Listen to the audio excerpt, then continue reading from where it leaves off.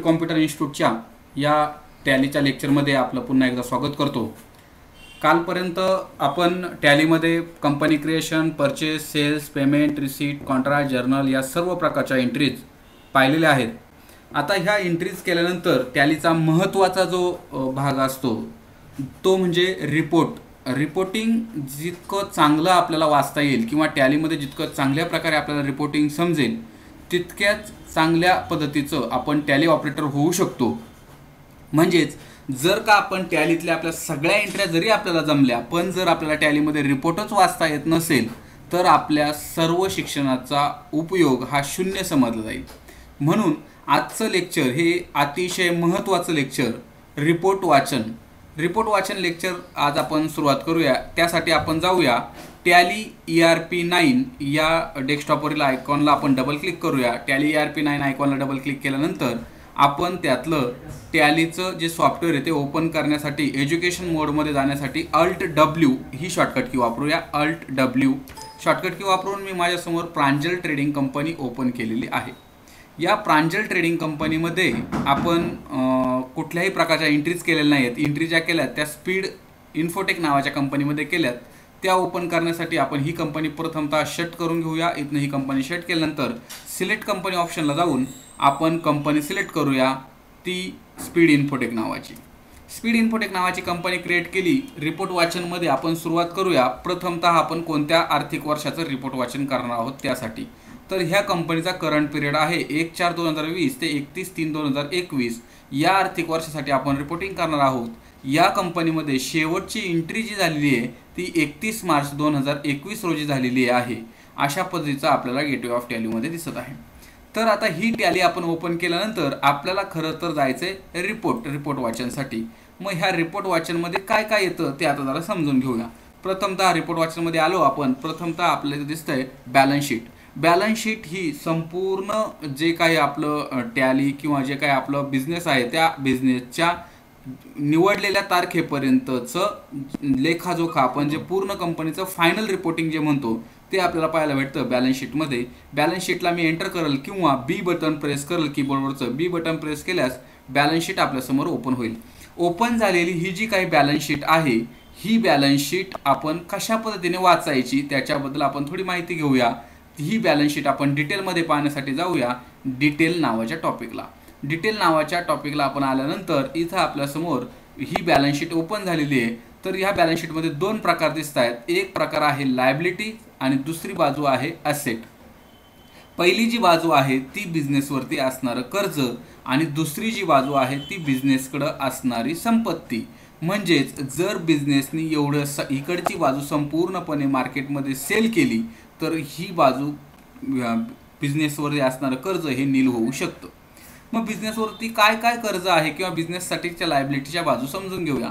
प्रथमतः बिझनेसचा जो कोणी मालक आहे दिलीप भगत या व्यक्तीने 1 लाख रुपये बिझनेस चालू करण्यासाठी दिले होते। म्हणजेच बिझनेसला जेव्हा कधी प्रॉफिट होईल तेव्हा त्या बिझनेसने त्या मालकाला 1 लाख रुपये दिले पाहिजेत। अशा प्रकारे कॅपिटल अकाउंट म्हणून 1 लाख रुपये आपल्याला दिसत आहेत। त्यानंतर करंट लायबिलिटीजमध्ये आपल्याला दिसत आहेत 2,47,500 रुपये। मग हे कुणाचे आहेत तर हे सन्ड्री क्रेडिटर्स अशा व्यक्तींचे आहेत का ज्या व्यक्तींनी आपल्याला माल विकत दिलेला आहे किंवा यांच्याकडनं आपण काहीतरी खरेदी केलेली आहे। इथं आपण जर एंटर बटन प्रेस करतोय कीबोर्डवरचं तर त्या व्यक्तींची नावं किंवा त्या व्यक्तींची यादी आपल्यासमोर दिसेल। सध्या तरी आपल्याला एकच व्यक्ती दिसत आहेत, आर्यन ट्रेडिंग कंपनी एकच पार्टी दिसते। तर एस्केप केने पुन्हा एकदा पाठीमागे येऊया। इथं सर्व पार्ट्यांची यादी दिसेल ज्यांच्याकडनं आपण काही स्टॉक परचेस केलेला आहे। त्यानंतर खाली दिसते आपल्याला प्रॉफिट अँड लॉस। टोटल आपल्याला आतापर्यंत प्रॉफिट झालेला आहे 33,000 रुपये करंट पिरियडसाठी। मग कोणत्या पिरियडसाठी तर 31 मार्च 2020 पर्यंतच्या पिरियडसाठी। मग इकडे येऊया आता आपण ॲसेटच्या बाजूला आपण आलेलो आहे। तर ॲसेटच्या बाजूमध्ये आपल्याला दिसतंय की आपल्याकडे फिक्स ॲसेट 8,000 रुपयाची आहे। फिक्स ॲसेटमध्ये काय आहे आपल्याकडे तर आपल्याकडे 8,000 रुपयाचं फर्निचर आहे। मग फर्निचरमध्ये काय आहे ते एंटर बटन प्रेस करून आपल्याला पाहता येईल। त्यानंतर करंट ॲसेट की लगेच विकून जी आपल्याला संपत्ती गोळा होऊ शकते किंवा लगेच आपल्या हातामध्ये जी काही कॅश आहे ती करंट ॲसेट आहे 3,72,500। मग ही कुठे आहे तर क्लोजिंग स्टॉक म्हणजे आपल्याकडे असणारा शिल्लक माल तो आहे 1,85,000 रुपयाचा। तो कोणता कोणता आहे, एंटर बटन प्रेस करूया तर आपल्या समोर दिसतंय की डेल, HP आणि सोनी ह्या 3 कंपनींचा माल आपल्याकडे शिल्लक आहे। मग इथं आपल्याला हा जो स्टॉक शिल्लक आहे, हाच स्टॉक जर का आपल्याला ॲटम वाईज पाहायचा असेल तर F5 बटन हे आपल्यासाठी की आहे। ज्या बटनला आपण जर का क्लिक करतोय F5 तर आपल्याला हा स्टॉक ॲटम वाईज पाहायला भेटेल। मग कोणत्या स्टॉकमध्ये मी किती प्रॉफिट कमवलं हे जर का मला पाहायचं असेल तर इथं शो प्रॉफिट नावाच्या बटनला मी क्लिक केल्यानंतर मला इथं दिसतंय की डेल लॅटिट्यूड या प्रोडक्टमध्ये मला 25% प्रॉफिट झालेला आहे, म्हणजेच 25,000 रुपये मला त्याच्यामध्ये ग्रॉस प्रॉफिट झालं आहे। त्यानंतर HP नोटबुक या टॉपिकमध्ये किंवा या स्टॉकमध्ये मला 10,000 रुपयाचं प्रॉफिट झालं आहे। सोनी हेडफोन या स्टॉक आयटममध्ये मला 1,000 रुपयाचं प्रॉफिट झालेलं आहे। क्लोजिंग बॅलन्स मला इथं समोर दिसतोय, क्लोजिंग क्वांटिटी मला समोर दिसते, क्लोजिंग रेट मला समोर दिसतोय। एस्केप कीने पुन्हा पाठीमागे जाऊया आणि आता पाहूया की ह्याच्यानंतर अजून माझ्याकडे काय संपत्ती आहे। तर माझ्याकडे संपत्ती आहे सन्ड्री डेटर्स। ज्या लोकांना मी माल विकलाय अशा लोकांकडनं मला पैसे घेता येऊ शकतात त्यांची यादी मला इथं पाहायला भेटेल। मी एंटर बटन प्रेस करतो की 88,500 मी कुणाकडनं घेऊ शकतो। तर 88,500 हे बालाजी ट्रेडिंग कंपनीकडनं येणं आहे। जेवढ्या काही पार्टीज असतील, जेवढ्या काही पार्टीजला आपण माल सेल केला असेल त्या सर्व पार्टीची यादी आपल्याला इथं पाहायला भेटेल, ज्यांच्याकडनं काही ना काही येणं किंवा क्लोजिंग बॅलन्स डेबिटमध्ये असेल अशा। तर कॅश इन हँड माझ्याकडे आत्ता कॅश शिल्लक आहे 55,000। माझ्याकडे म्हणजे माझ्या बिझनेसकडे माल किंवा कॅश शिल्लक आहे 55,000 रुपये। 55,000 रुपये कॅश ही कुठे कुठे शिल्लक आहे इथं आपण ती पाहू शकतो। त्यानंतरचं टॉपिक आहे ती बँक अकाउंट। मग बँक अकाउंटमध्ये आपल्याकडे किती रक्कम शिल्लक आहे, तर बँक अकाउंटमध्ये आपल्याकडे 44,000 रुपये शिल्लक आहेत। मग ते कोणत्या खात्यावरती आहेत ते पाहण्यासाठी आपण एंटर बटन प्रेस करूया तर स्टेट बँक ऑफ इंडियावरती आपल्याला 44,000 रुपये इथं पाहायला भेटतात। मग हे 44,000 रुपये प्रत्येक महिन्याला किती क्लोजिंग होतं ते पाहण्यासाठी आपण मंथली बटनवरती क्लिक करून प्रत्येक महिन्याच्या क्लोजिंगला किती आपल्याकडे शिल्लक होतं हे महिन्या वाईज आपल्याला त्या बँकेचं क्लोजिंग बॅलन्स बँक स्टेटमेंट बरोबर चेक करून घेता येऊ शकतं। एस्केप कीने पुन्हा पाठीमागे आलोय, एस्केप कीने पुन्हा मी पाठीमागे आलेलो आहे। पुन्हा एकदा बॅलन्स शीटला क्लिक केलं, बॅलन्स शीटला क्लिक केल्यानंतर मी डिटेल्स बटनवरती क्लिक केलं आणि ही बॅलन्स शीट आज मी तुम्हाला व्यवस्थित वाचून दाखवण्याचा प्रयत्न केलेला आहे। आता ही जी बॅलन्स शीट आहे ही खरं तर 31 मार्च 2021 रोजीची आहे, 1 एप्रिल ते 31 मार्च। पण जर का आपल्याला ह्याच बॅलन्स शीटचं कंपॅरिझन 6 महिन्याच्या बॅलन्स शीट बरोबर करायचं असेल तर आपण या ठिकाणी एकाच वेळेस 2 वेगवेगळ्या तारखांची बॅलन्स शीट ओपन करून पाहू शकतो। मग ती कशा पद्धतीने पाहता येते तर त्यासाठी आपल्याला जायचं आहे न्यू कॉलम ऑप्शनला आपण गेल्यानंतर आपल्याला इथं 1/4 ते 1/9 या पिरियडसाठीचा वेगळा बॅलन्स शीटचा कॉलम आपल्याला हवा आहे, तो आपण इथं मिळवलेला आहे। फक्त काय झालं की न्यू कॉलम केल्यामुळे ही जी काही बॅलन्स शीट होती ती आपण पूर्वी आडवी पाहत होतो, आता आपल्याला ती उभी पाहायला भेटते। इकडं तर आपल्याला दिसतंय की लायबिलिटीज साईड आणि खाली आपल्याला दिसतंय आपली ॲसेट साईड। तर ह्या पद्धतीने आपल्याला ही 31 मार्च 2021 पर्यंतची बॅलन्स शीट आणि 1 सप्टेंबर 2020 पर्यंतची बॅलन्स शीट एकाच वेळेस कंपॅरिझन करता आली। एस्केप कीने पाठीमागे जाऊया, हीच बॅलन्स शीट पुन्हा मी एंटर केलं, डिटेल्समध्ये क्लिक केलं आणि ही जी बॅलन्स शीट आहे ही प्रत्येक महिन्याला माझी बॅलन्स शीट कशा पद्धतीने चेंज होत गेली हे जर का मला पाहायचं असेल तर मी इथनं ॲटो कॉलम नावाचा एक टॉपिक तुम्हाला पाहायला भेटतोय। या ॲटो कॉलम नावाच्या बटनला क्लिक करूया आणि इथनं आपण घेऊया की मंथली, प्रत्येक महिन्याच्या शेवटी कशा पद्धतीने ही बॅलन्स शीट माझी चेंज होत गेली ह्याला मी क्लिक करू मंथली। त्याचप्रमाणे तुम्ही इतर हाफ इयरली ह्याही गोष्टी घेऊ शकता। तर प्रत्येक महिन्याच्या एंडचा बॅलन्स शीट आपल्याला पाहता येत आहे। पुन्हा एकदा एस्केप कीने मी पाठीमागे येतोय, एस्केप कीने पाठीमागे आलो, बॅलन्स शीटला मी क्लिक केलं आणि बॅलन्स शीटचं आपण इथं पुन्हा डिटेल्सला क्लिक केलं।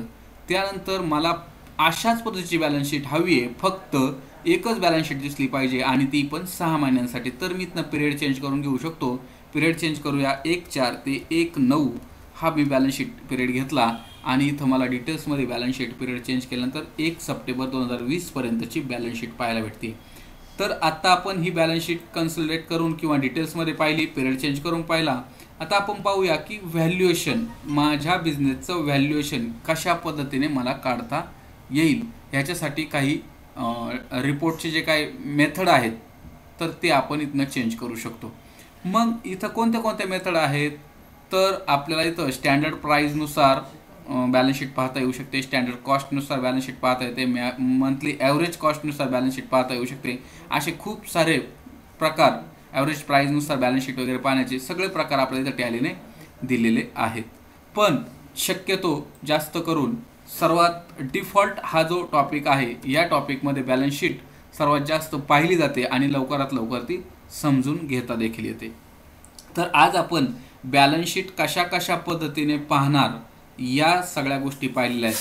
त्या व्यतिरिक्त ह्या बॅलन्स शीट पाहताना अजून कशा पद्धतीने ती बॅलन्स शीट पाहता येऊ शकते, ह्याच्यासाठी आपण इथं जो काय आपल्याला कॉन्फिगर नावाचा टॉपिक दिसतोय टॅलीचा F12, या F12 बटनला आपण क्लिक करूया आणि इथे आपल्याला कॉन्फिगरेशनची विंडो ओपन झाली आहे. या कॉन्फिगरेशनच्या विंडोमध्ये आपल्याला ही जी बॅलन्स शीट आहे ती आता आपण हॉरिझॉन्टली पाहतोय, तीच जर का आपल्याला व्हर्टिकली पाहायची असेल तर आपण इथे यस करूया पहिल्या टॉपिकला आणि enter enter enter enter button press करत आपण बाहेर पडूया. तर आपल्याला हीच बॅलन्स शीट उभ्या पद्धतीने सुद्धा पाहता येईल.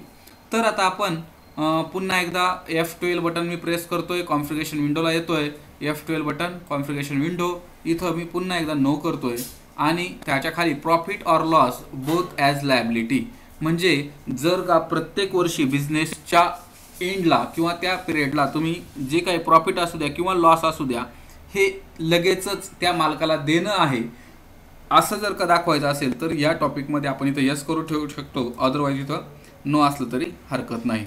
प्रत्येक गोष्टीचं पर्सेंटेजमध्ये सुद्धा कॅल्क्युलेशन दाखवलं गेलं पाहिजे असं जर का तुम्हाला वाटत असेल तर तुम्ही इथं हा टॉपिक यस करू शकता, अदरवाईज तुम्ही तो टॉपिक नो ठेवला तरी हरकत नाही.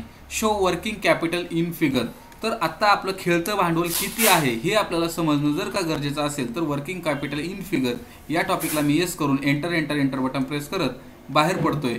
मला इथं वर्किंग कॅपिटल जे काय आहे ते फिगर्समध्ये पाहायला भेटतंय. 1,25,000 रुपये हे माझं वर्किंग कॅपिटल म्हणजे खेळतं भांडवल आपण ज्याला म्हणूया ते आहे. मग हे कशावरती कॅल्क्युलेट केलं वर्किंग कॅपिटल, तर वर्किंग कॅपिटल कॅल्क्युलेट करत असताना बऱ्याचदा आपल्याला जे काय आपलं प्रॉफिट लॉसमध्ये लायबिलिटी आहे ती लायबिलिटी आणि आपल्याकडे असणारी कॅश या दोघांचा मेळ घालून आपल्याला इथं वर्किंग कॅपिटल दाखवलं गेलेलं आहे. तर वर्किंग कॅपिटल समजलं असेलच. पुन्हा एकदा आपण जाऊया कॉन्फिगरेशन विंडोला. तर ही बॅलन्स शीट एकदा पुन्हा एकदा समजून घ्या आणि नंतर आपण कॉन्फिगरेशन विंडोला जाऊया. कॅपिटल अकाउंट आपल्याला इथं दिसतंय, वर्किंगमध्ये पण 1,00,000 रुपये आहे. प्रॉफिट लॉस आपल्याला इथं दिसतंय. त्यानंतर वर्किंग कॅपिटल आपल्याला इथं वेगळा टॉपिक आलेला आहे. वर्किंग कॅपिटलमध्ये 1,25,000 रुपये दिसत आहेत, पैकी आपल्याला फर्निचरमध्ये 10,000 रुपये आहेत आपले. त्यानंतर बँक अकाउंटमध्ये आपले पैसे आहेत 44, कॅश इन हँड आहे आपल्याकडे 50. त्यानंतर सन्ड्री डेटर्स या सगळ्या गोष्टी आपल्या पाठ झालेल्या आहेत. करंट लायबिलिटी आहे आपली 2,47,000 रुपये. 2,47,000 रुपये करंट लायबिलिटी कशा प्रकारे, तर सन्ड्री क्रेडिटर्स हे आपले 2,47,000 रुपये पूर्वी ते इकडे दाखवले जायचे लायबिलिटी साईडला, तर ते लायबिलिटी साईडला न घेता ते घेतले गेलेले आहेत आत्ता ॲसेट साईडला. आणि ही जी काय आपल्याकडे ॲसेट आहे क्लोजिंग स्टॉक सन्ड्री डेटर्स वगैरे ही 372 जी होत होती, या 372 मधनं सन्ड्री क्रेडिटर्स आपले 247 मायनस केलेले आहेत आणि आपलं वर्किंग कॅपिटल आपल्या हातामध्ये दिसतंय आपल्याला 1,25,000 रुपये. तर वर्किंग कॅपिटल नक्कीच समजलं असेल कशा पद्धतीने हे टॅलीने आपल्याला वर्किंग कॅपिटल काढून दिलेलं आहे. पुन्हा एकदा वर्किंग कॅपिटल व्यवस्थित समजून घ्या आणि आता आपण जाऊया परत कॉन्फिगरेशन विंडोला. वर्किंग कॅपिटल आपल्याला इथं डिस्प्ले नाही करायचं आहे तर आपण इथं नो करूया, एंटर. आता इथं आपण जो टॉपिक पाहिला होता तर एका साईडला आपल्याला लायबिलिटी दिसत होती, एका साईडला आपल्याला ॲसेट दिसत होती. तर ह्याऐवजी आपण जर बॅलन्स शीट आपल्याला उलट्या पद्धतीने पाहायची आहे, प्रथम आपल्याला ॲसेट दिसली पाहिजे आणि नंतर लायबिलिटी, तर आपण ती देखील चेंजेस इथं करून घेऊ शकतो. तर पहा ह्या साईडला आपली संपूर्ण ॲसेट दिसते आणि ह्या साईडला आपल्याला लायबिलिटी दिसायला सुरुवात झाली आहे. पुन्हा कॉन्फिगरेशन विंडोला आलो आहे मी. जे काही चेंजेस तुम्हाला इथं करायचे ते कॉन्फिगरेशन विंडोच्या मदतीने आपल्याला हे सर्व चेंजेस करता येतील. एस्केप कीने मी पाठीमागे येतोय, एस्केप कीने पाठीमागे आलेलो आहे आणि आता हे आपण व्यवस्थित आपली बॅलन्स शीट वाचून पाहिलेली आहे. तर बॅलन्स शीटबद्दल काहीही शंका असल्यास तुम्ही नक्की मला कमेंटमध्ये कळवा. बॅलन्स शीट वाचता येणं अतिशय महत्त्वाचा विषय आहे. प्रॉफिट लॉस आणि बॅलन्स शीट हे दोनही रिपोर्ट खूप छान पद्धतीने आपल्याला वाचता येणं गरजेचे आहेत. तर बॅलन्स शीट तुर्तास तरी आपण बॅलन्स शीटवरती थांबूया, कारण बॅलन्स शीट आणखी खूप सगळ्या प्रकारे वाचता येते.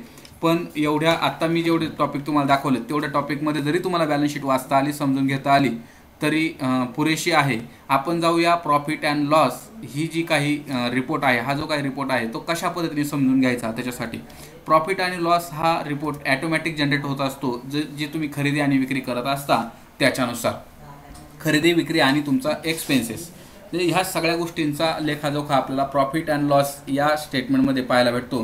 प्रॉफिट अँड लॉस स्टेटमेंटला आपण आलेलो आहे. डिटेल्समध्ये आपण प्रॉफिट अँड लॉस पाहूया. तर ह्या कंपनीचा टोटल प्रॉफिट लॉस आपल्यासमोर दिसतोय. एकूण परचेस झालेलं आहे 2,87,500 रुपयाचं. एकूण सेल झालेलं आहे 1,38,000 रुपये 500 रुपयाचं. पैकी 1,85,000 आपल्याकडे माल शिल्लक आहे. मग ह्या खरेदी विक्रीमध्ये आपल्याला एकूण प्रॉफिट झालं 35,000. मात्र त्या 35,000पैकी 2,000 रुपये हा माझा इनडायरेक्ट एक्सपेन्सेस झालेला आहे, जसं फर्निचरवरती डिप्रिशिएशन झालेलं आहे. म्हणून माझ्या हातामध्ये नेट प्रॉफिट राहिलेला आहे तो 33,000 रुपयाचा नेट प्रॉफिट राहिलेला आहे.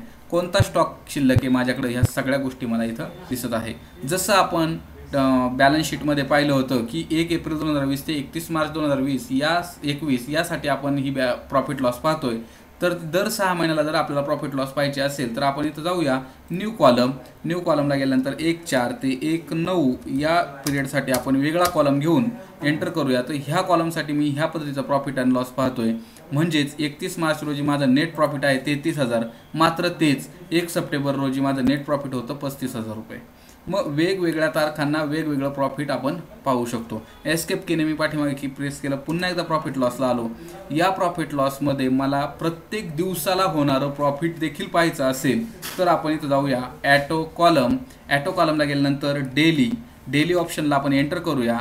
आणि इथं आपल्याला दिसतंय की 1 एप्रिल 2020 म्हणजे या एप्रिल महिन्यासाठी प्रत्येक दिवसाला मला होणारं नेट प्रॉफिट हे आपल्याला इथं पाहायला भेटेल. मग पहिल्या दिवशी आपल्याला प्रॉफिट दिसतंय, दुसऱ्या दिवशी प्रॉफिट दिसत नाही आहे, तिसऱ्या दिवशी दिसत नाही आहे. असं आपण 30 तारखेपर्यंतचा प्रॉफिट पाहू शकतो.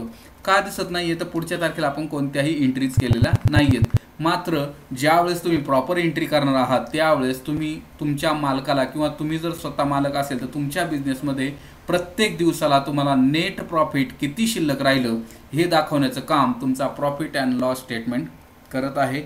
त्याच्यामध्ये तुम्हाला प्रत्येक दिवसावाईज नेट प्रॉफिट पाहता येऊ शकतं. एस्केप की बटन प्रेस करतोय.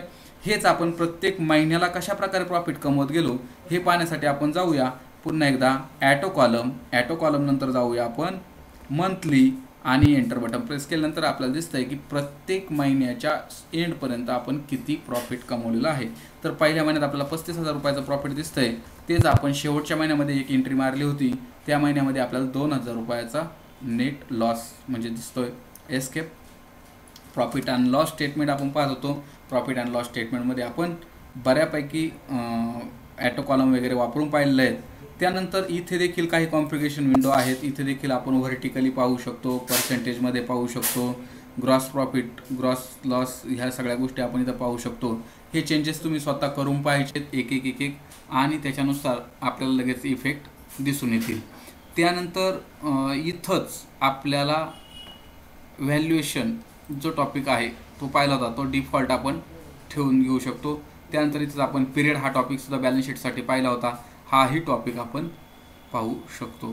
तर ह्याच्यामध्ये काही लाईन्स ॲड करणं किंवा नवीन लाईन काढून टाकणं ह्याच्यासाठी सुद्धा काही टॅलीने सुविधा दिल्या आहेत. तर नेट प्रॉफिट हा टॉपिक आपल्याला इथं नाही दिसला पाहिजे तर इथं तुम्ही क्लिक करून रिम्यूव्ह किंवा Alt+R या बटनला जर तुम्ही क्लिक करताय तर हा टॉपिक आपल्याला काढून टाकता येतो.